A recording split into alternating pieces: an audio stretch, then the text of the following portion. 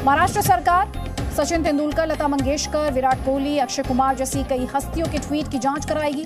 कांग्रेस का आरोप, बीजेपी के कहने पर इन लोगों ने इंडिया टुगेदर वाली ट्वीट्स की। राष्ट्रपति के अभिभाषण पर चर्चा पर प्रधानमंत्री का जवाब, कहा गुमराह करने वाले आंदोलन जीवियों से बचना होगा। एक नई जमात पैदा हुई है और वो है आंदोलन जीवी। लोकसभा में रक्षा मंत्री राजनाथ सिंह ने विपक्ष से की अपील, राष्ट्रपति के अभिभाषण पर शुरू हो चर्चा, कृषि कानून पर चर्चा के लिए सरकार तैयार। किसी भी पॉलिटिकल पार्टी का क्यों न हो, यह सबकी एक जिम्मेदारी बनती है कि स्वस्थ लोकतांत्रिक परंपरा को हम बनाकर। खालिस्तानी आतंकी जगदेव सिंह जग्गा को यूपी पुलिस ने किया गिरफ्तार। पंजाब से लखीमपुर के रास्ते लखनऊ आ रहा था। पंजाब पुलिस को लंबे समय से थी तलाश।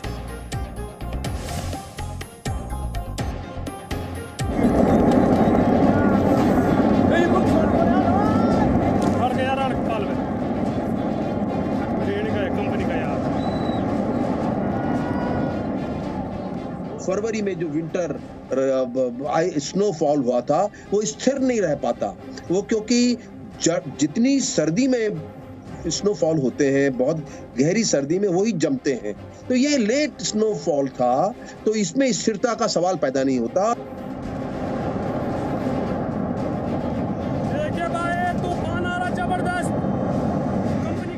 पेड़ पौधे जो होते हैं हमारे जो है रक्षक हैं, और उनका अंधाधुंध जो कटाई हो रही है वो एक मुख्य कारण हो सकता है। और अभी ग्लोबल वार्मिंग भी एक मुख्य मुद्दा है।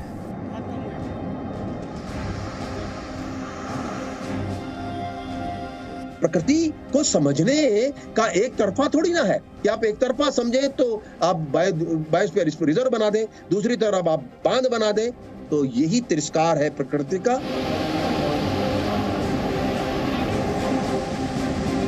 It is not primarily involving any major infrastructural development which would have caused it. So definitely natural causes and a multiple of them.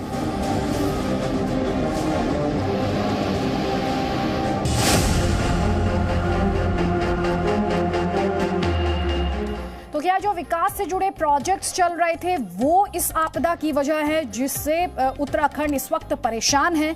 क्या वजह है? और इसी सवाल का जवाब आज हम एक्सपर्ट्स के माध्यम से आप तक पहुंचाने की कोशिश करेंगे। जल्दी से आपको बता देती हूं अब तक का अपडेट। तो उत्तराखंड में 2013 भूले नहीं होंगे वो भयावह तस्वीरें।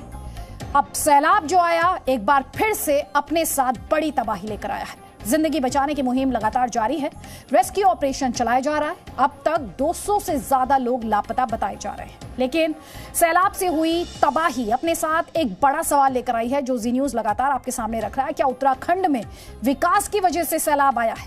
क्या ये पर्यावरण से छेड़छाड़ की कीमत है जो इस वक्त उत्तराखंड चुका रहा है?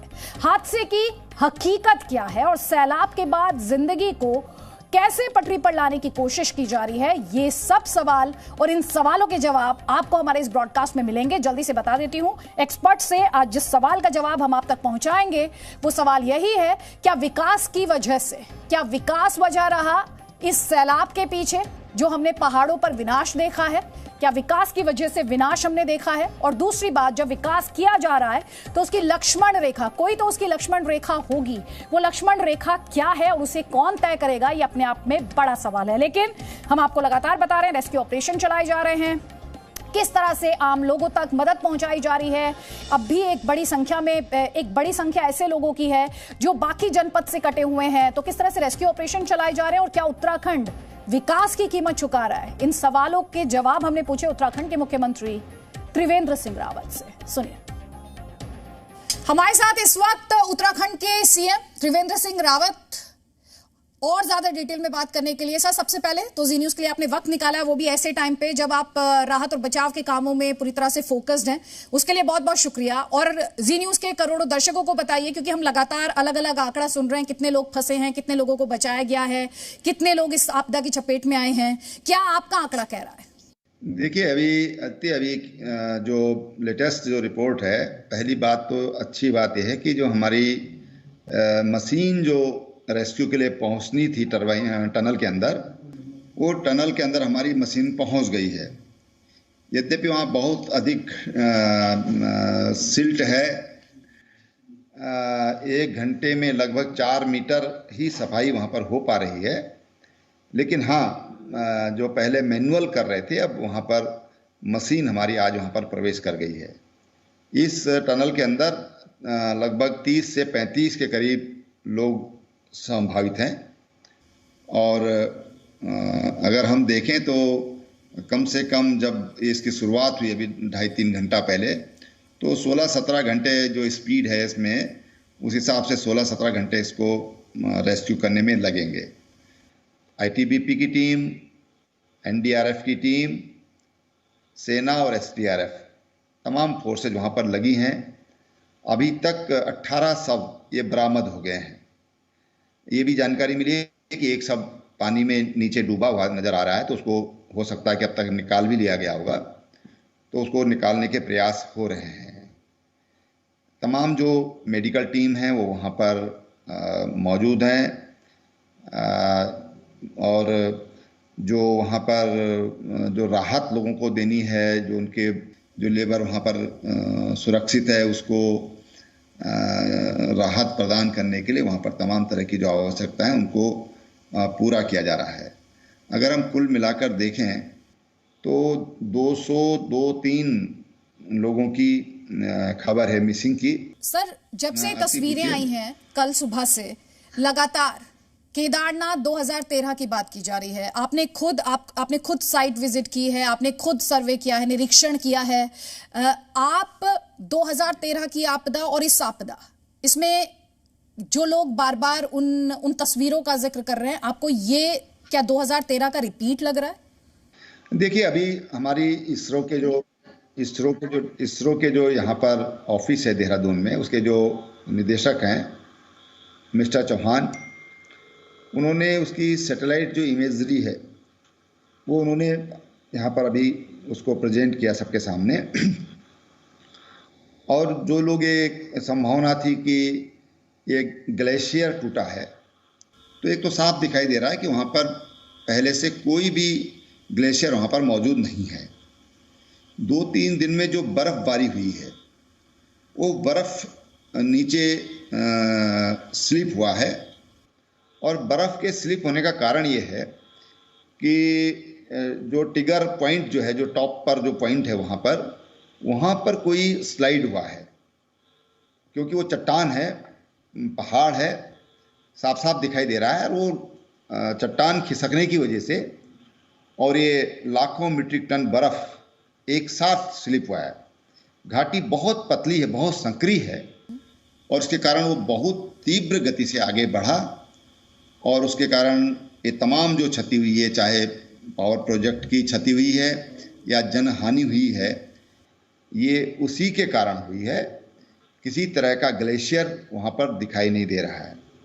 और ये जो एरिया है, ये कभी भी एवलांच प्रोन नहीं रहा है, उस श्रेणी में ये नहीं आता है। तो जो इस तरह की संभावनाएं लग रही थी कि ग्लेशियर खंडित हुआ है और उसके कारण ये सब हुआ है, ऐसे वैज्ञानिकों ने हमें बताया है। ये बहुत बड़ी बात रावत जी आप बता रहे हैं यहाँ पर, क्योंकि लगातार थियरी तो यही आई कि ग्लेशियर का एक बड़ा खंड है वो टूटा है, और उसके बाद ये जो हमने सैलाब देखा उससे ये ट्रिगर हुआ।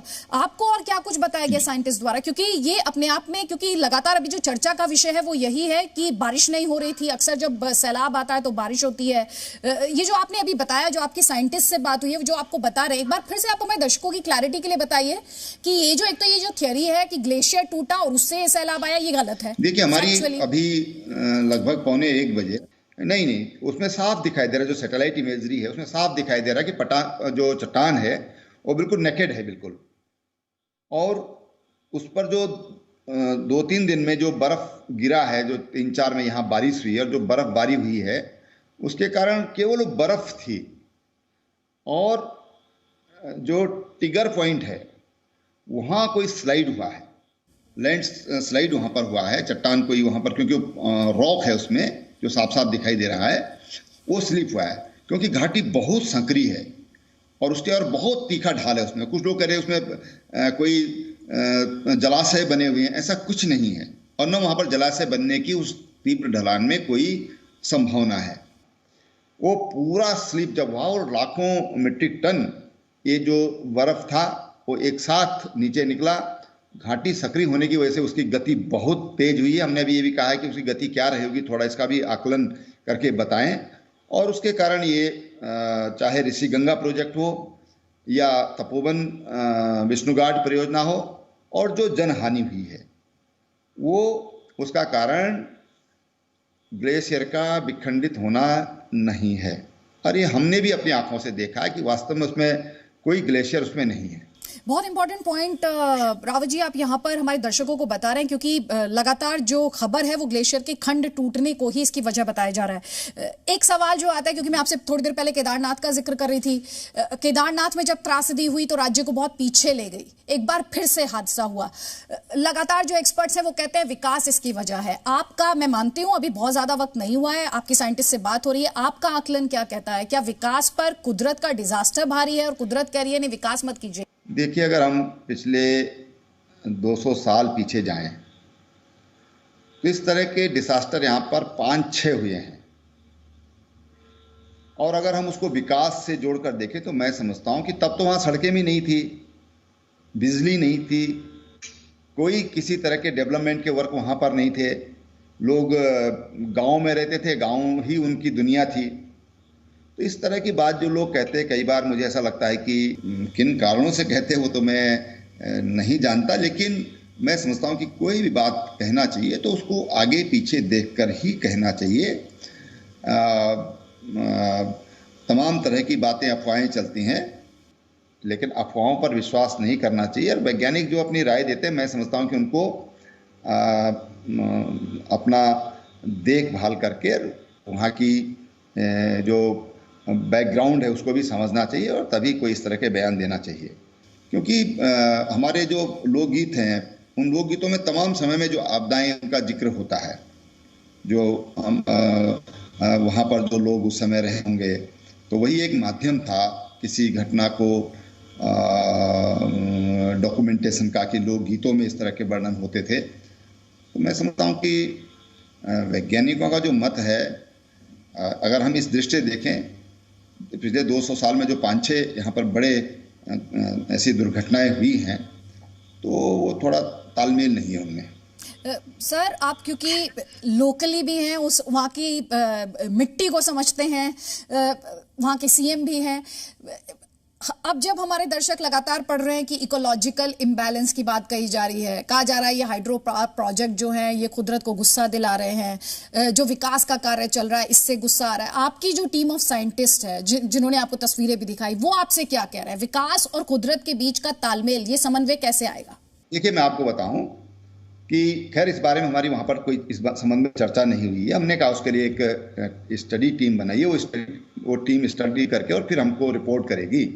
लेकिन जो ऋषिगंगा प्रोजेक्ट है, कोई बांध नहीं था यहाँ पर, ये run of the river project था। जो तपोवन है वो अभी बन के तैयार ही नहीं हुआ था। तो इस तरह की बातें जो मैं सुनता हूँ तो मैंने कहा मुझे इसमें तालमेल नज़र नहीं आता है।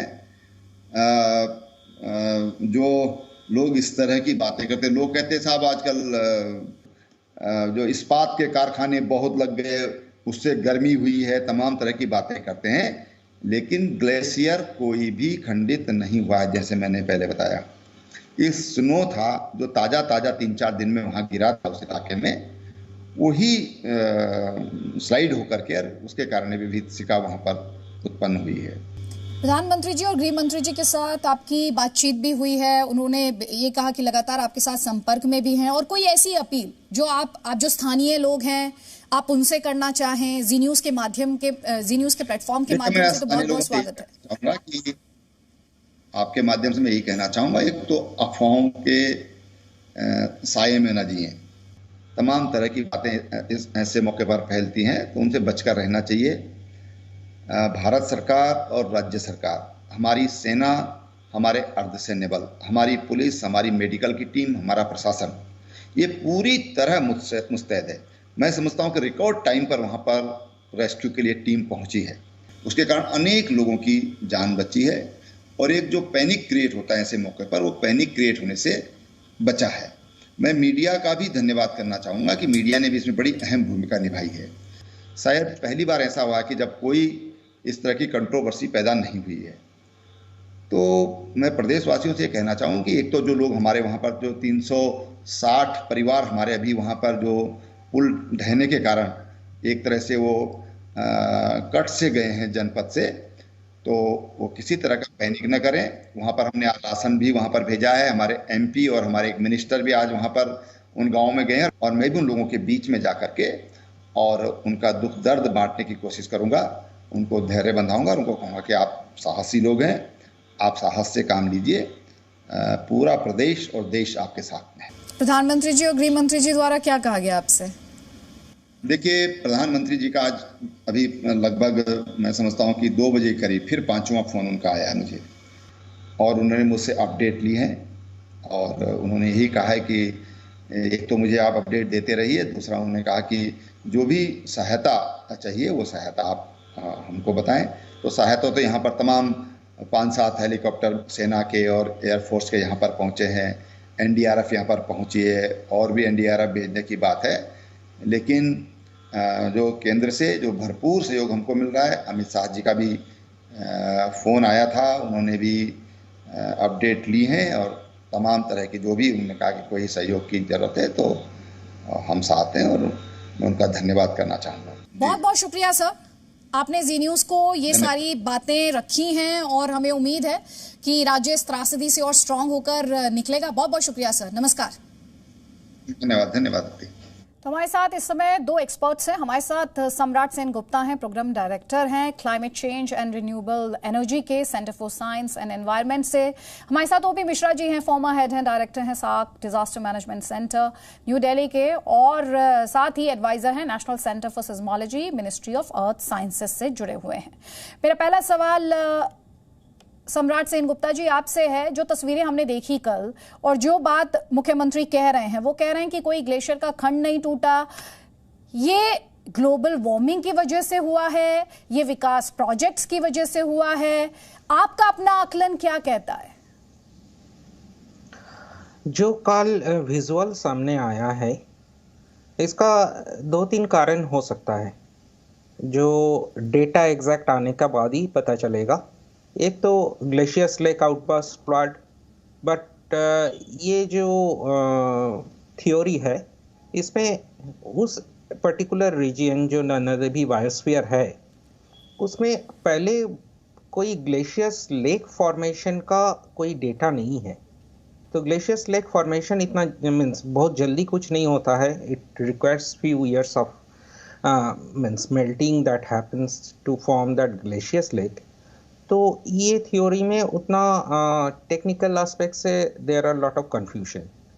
बट और एक जो मैसेज आया है डीआरडीओ का एक टीम बताया है, जो ग्लेशियर्स में एक part of the glaciers has gone through avalanche few days ago. वो एवालांच होने का बाद जो स्नो मासेस है वो नीचे on the down stream through formation of natural lake, वो डेब्रिसेस का साथ एक नेचुरल लेक फॉर्म हो गया था, जो बर्फ पिघलने से वो नेचुरल लेक बाद में बस्ट हुआ है। ये कारण भी एक हो सकता है, but this are all speculation and just theoretical. Till we don't have the data, we cannot say exactly what has happened. It has a means you cannot discount the human interference in terms of the dam, whatever infrastructure getting built up, dam, road or tunnel. Also there will be a part of global warming. For that, and there is a gap between precipitation and the melting in the glaciers mass getting depleted, or the over melting of glaciers is happening. So there are both the reason can be there. ठीक है, अभी सारी संभावनाएं बरकरार हैं। OP Mishra जी, इसे विकास versus कुदरत के नाम पर भी देखा जा रहा है। हालांकि जो सीएम वो ये कह रहे हैं कि इसे विकास के खिलाफ प्रोपेगेंडा का कारण ना बनाया जाए। आपका अपना आकलन क्या कहता है? क्या ये इकोलॉजिकल इम्बैलेंस जो विकास के कार्यों से वहां पर क्रिएट हुआ है, या फिर सीएम कह रहे हैं कि इससे पहले भी त्रासदी आती रही है, वो टेरेन की बात वहां पर कर रहे हैं? आपके हिसाब से आपका आकलन क्या? सबसे पहले तो इस दुखद रास्ते पर हम दुख व्यक्त करते हैं कि हमने अपने लोगों को इतना खोया। देखिए, ये तो नेचुरल डिजास्टर है ही, नेचुरल डिजास्टर इवेंट है जो अनकंट्रोलेबल है। और जिस तरह से हमारे सम्राट सेनगुप्ता जी ने कहा कि क्लाइमेट चेंज के बहुत से प्रॉक्सीज हैं, जो आइस का डिप्लेशन हो या आइस का एक्यूमुलेशन हो या ग्लॉफ का बनना हो या फ्लश फ्लड हो, ये सारे चीज हैं। अब आप इसे देखिए कि ये कुदरत की जो एक ऐसा एक खेल है जो कि बहुत से चीज को हम लोग अभी तक समझ नहीं पाए हैं। Glacial dynamics itself is a very complicated aspect. अब इसको देखें कि जो चामोली एरिया में या जो नंदा देवी एरिया के जो ग्लेशियर्स एरिया है, ये itself very tectonically active zone पर बैठा हुआ है। जो देखें आप मेन सेंट्रल थ्रस्ट जो बाउंड्री जो उसको देते हैं एमसीटी, एमबीटी, ये जितने टेक्टोनिक्स जो बेल्ट्स हैं ये इतने काफी एक्टिव है कि वहां पर अर्थक्वेक भी होते रहते हैं। और अब देखिए कि जो अर्थक्वेक का अभी यदि हम आकलन करें 6 बरस का, जनवरी 2015 से लेकर जनवरी 2021 तक टोटल 38 इवेंट्स रिकॉर्ड हुए हैं, जिसके मोमेंट मैग्नीट्यूड 2.8 से लेकर 5.6 है। एवरेज मैग्नीट्यूड 3.7 है। यदि सेस्मिक एनर्जी के रूप में कन्वर्ट करें तो 10 to the power 19.83, इसका मतलब 10 to the power 20 newton metre. It was huge energy that was being generated in the subsurface of these glaciated belt. अब ये एनर्जी कहां जा रहा है? ये जरूरी है कि that energy is trying to destabilize the foundation on which the ice sheet is located. और आइस सीट हमारे दर्शक क्योंकि ज्यादातर हिंदी भाषी दर्शक है, तो आपसे एक रिक्वेस्ट है, क्योंकि ये एक बहुत टेक्निकल टॉपिक हम इस वक्त डिस्कस कर रहे हैं, अगर हम इसको थोड़ा सा सरल भाषा में, साधारण भाषा में, जो घर में बैठे हुए लोग हैं उन्हें समझा सके, और हिंदी भाषा में होगा तो उन्हें ज्यादा समझ आएगा। ठीक है। तो ये हिमनद जो है, हिमनद जब आपकी पृथ्वी के सतह पर जो इस तरह से आइस एक्यूमुलेशन हो रहा है और नीचे के तह में जो भूकंप की जो प्रक्रियाएं चल रही हैं, जो एनर्जी इसके काफी एनर्जी जनरेट कर रही है, उस एनर्जी से डीस्टेबिलाइजेशन, उसकी जो अस्थिरता पैदा होता है। अब अस्थिरता पैदा होता है जहां पर स्लोपी ग्राउंड है, जहां पर स्लोपी लेयर है, जहां पर आइस एक्यूमुलेटर का अपना लोड है, और उस जो है वीकनेस के चलते आइस की स्लाइड होना काफी जो है बन जाता है कि ये होगा ही होगा। और कब होगा ये तो डिपेंड करता है कि वहां की स्टेबिलिटी और स्लोप जो है किस तरह से वल्नरेबल हो रहा है। जी, जो बात मैं आपसे जिस सवाल का जवाब मैं आपसे चाह रही हूँ, वो सवाल ये है क्या जो वहां पर डेवलपमेंट प्रोजेक्ट, सर जो डेवलपमेंट प्रोजेक्ट्स वहां पर चल रहे हैं, क्या उनकी वजह से ये त्रासदी आई है या आपदा आई है? नहीं, देखिए, डेवलपमेंट जो है एक अपना एस्पेक्ट से करता है, जिसके इंजीनियरिंग सोल्यूशन, टेक्नोलॉजिकल सोल्यूशन लेके किया जाता है। और ये प्रक्रियाएं जो होती है all of the sudden known belt पर जो बना के सारी प्रक्रियाओं को रोकने के लिए, उसके इंपैक्ट को घटाने के लिए जो डेवलपमेंट की जाती है, वो भी एक तरह से आपका एक रेमेडियल मेजर है। तो रेमेडियल मेजर लेकर किया गया है, क्योंकि आप डेवलपमेंट करेंगे तो कुछ कोड ऑफ कंडक्ट से करेंगे, जहां पर प्रॉपर डेवलपमेंट करेंगे वहां पर रिस्क जो है रिडक्शन होगा। यदि आप प्रॉपर डेवलपमेंट तरीका से नहीं करेंगे तब रिस्क जो है बढ़ता है। यहाँ जो भी मैं दरअसल दर्शकों की अंडरस्टैंडिंग के लिए आज ये पूरा डिस्कशन हम लेके आए हैं, ताकि वो इसे और अच्छे से समझ पाए इस खबर को। ये कहा जा रहा है जो हाइड्रो पावर प्रोजेक्ट्स वहां पर चल रहे हैं, जो हाइड्रो पावर प्रोजेक्ट्स वहां पर चल रहे हैं, उनकी वजह से उत्तराखंड वल्नरेबल हो गया है। क्या इसमें कोई सच्चाई है? नहीं, इसमें सच्चाई इसलिए नहीं है क्योंकि देखिए, जब देवांग प्रोजेक्ट अरुणाचल प्रदेश का जब बन रहा था, तो हम लोग ने वहां पर इंजीनियरिंग आउटपुट, टेक्नोलॉजिकल आउटपुट देके उसकी डिजाइन वैसे ही करते हैं जो कि नियर बाई इन्वायरमेंट को या इकोलॉजी को डिस्टर्ब न करे, समझे। इसमें सामंजस्य बना के किया जाता है, इसलिए इसमें हैफाजत नहीं होता है। तो जो भी डेवलपमेंट हुए हैं वो एक कोड ऑफ कंडक्ट बना के, वो जो जितने इंजीनियरिंग सोल्यूशन अवेलेबल हैं, बेस्ट अवेलेबल सॉल्यूशन को लेके बनाते हैं। और आप देखेंगे जितने भी, आप जापान को ही देखिए, जहां पर जापान में जितने जो डेवलपमेंट प्लान है वो खुद सेस्मिक जोन में, ग्लेशिएटेड जोन में है, लेकिन एक इंजीनियरिंग सॉल्यूशन लेकर करते हैं।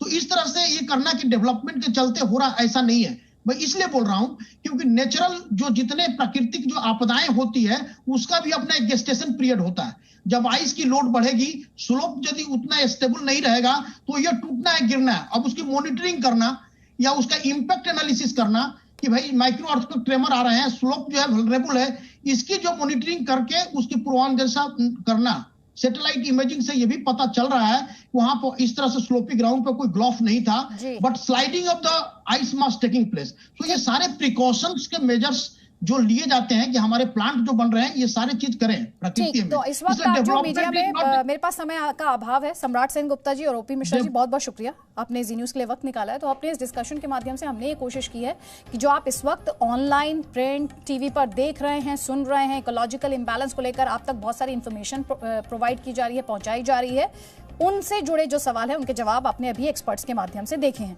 मेरे सहयोगी मनीष शुक्ला ग्राउंड पर मौजूद है, किस तरह से वहां पर रेस्क्यू ऑपरेशन चलाया जा रहा है उनकी रिपोर्ट देखिए।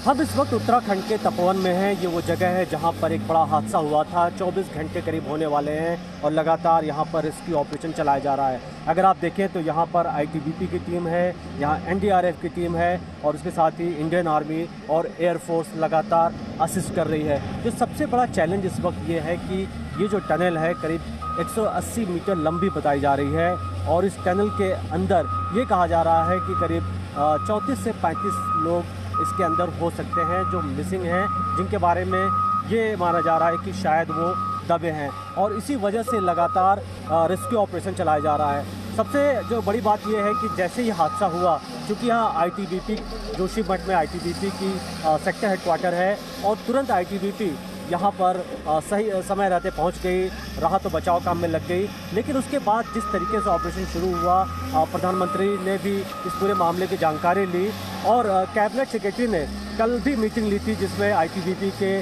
डीजी, एनडीआरएफ के डीजी और उसके साथ ही होम सेक्रेटरी से लेकर के उत्तराखंड से जुड़े, सरकार से जुड़े कई बड़े आला अधिकारियों के साथ बैठक की थी और ये फैसला किया गया था कि रेस्क्यू ऑपरेशन ज़्यादा से ज़्यादा किया जाए, तेज़ किया जाए। और अगर आप इस पूरे इलाके को देखें यहाँ पर तो ये जो है करीब 2.5 किलोमीटर ये एनटीपीसी का प्रोजेक्ट है और यहाँ से कुछ किलोमीटर की दूरी पर एनटीपीसी इसी प्रोजेक्ट का एक पार्ट था जो पूरी तरीके से तबाह हो गया। और अभी भी देखें तो चारों तरफ मलबा फैला हुआ है, हर तरफ मिट्टी है और जिस तरीके से यहाँ पर मलबा है ये अपने आप में एक बड़ा चैलेंज है, क्योंकि लगातार यहाँ पर जो एनडीआरएफ की टीम है या आईटीबीपी की टीम है वो लोगों को ढूंढ रही है और जैसे जैसे जिनके घर के लोग यहाँ मिसिंग हैं वो लोग यहाँ पर आ रहे हैं, पता करने की कोशिश कर रहे हैं कि जो लोग निकाले जा रहे हैं उनमें उनके घर के लोग हैं कि नहीं। अगर आप देखें तो पूरे इस इलाके में चारों तरफ लोग जो है यहाँ पर इकट्ठे हुए हैं देखने के लिए कि किस तरीके से रेस्क्यू ऑपरेशन चल रहा है। और इसके साथ ही साथ यहाँ पर जो फोर्सेस है, एनडीआरएफ की कई टीमों को उत्तराखंड से बाहर से मंगाया गया है, जो स्पेशलाइज्ड जो उनके पास सिस्टम्स हैं जिसके ज़रिए वो पता लगा सकते हैं कि अगर कोई ज़मीन के नीचे दबा है तो उसकी एग्जैक्ट लोकेशन क्या है, उसको निकाला जा सकता है। तो बार बार हम आपको बता रहे हैं अब भी बड़ी संख्या में लोग मिसिंग हैं, लगातार रेस्क्यू ऑपरेशन जो है वो जारी है और जैसे ही अपडेट्स आएंगे आगे हम आप तक पहुंचाएंगे, तस्वीरें भी आप तक पहुंचाएंगे। अब आगे की खबरों के लिए अदिति हमारे साथ है। शुक्रिया अदिति। इस बुलेटिन में बात करेंगे उत्तराखंड में जो प्राकृतिक आपदा आई है उससे हुई तबाही की हर तस्वीर क्या कहती है वो दिखाएंगे और साथ ही बताएंगे कि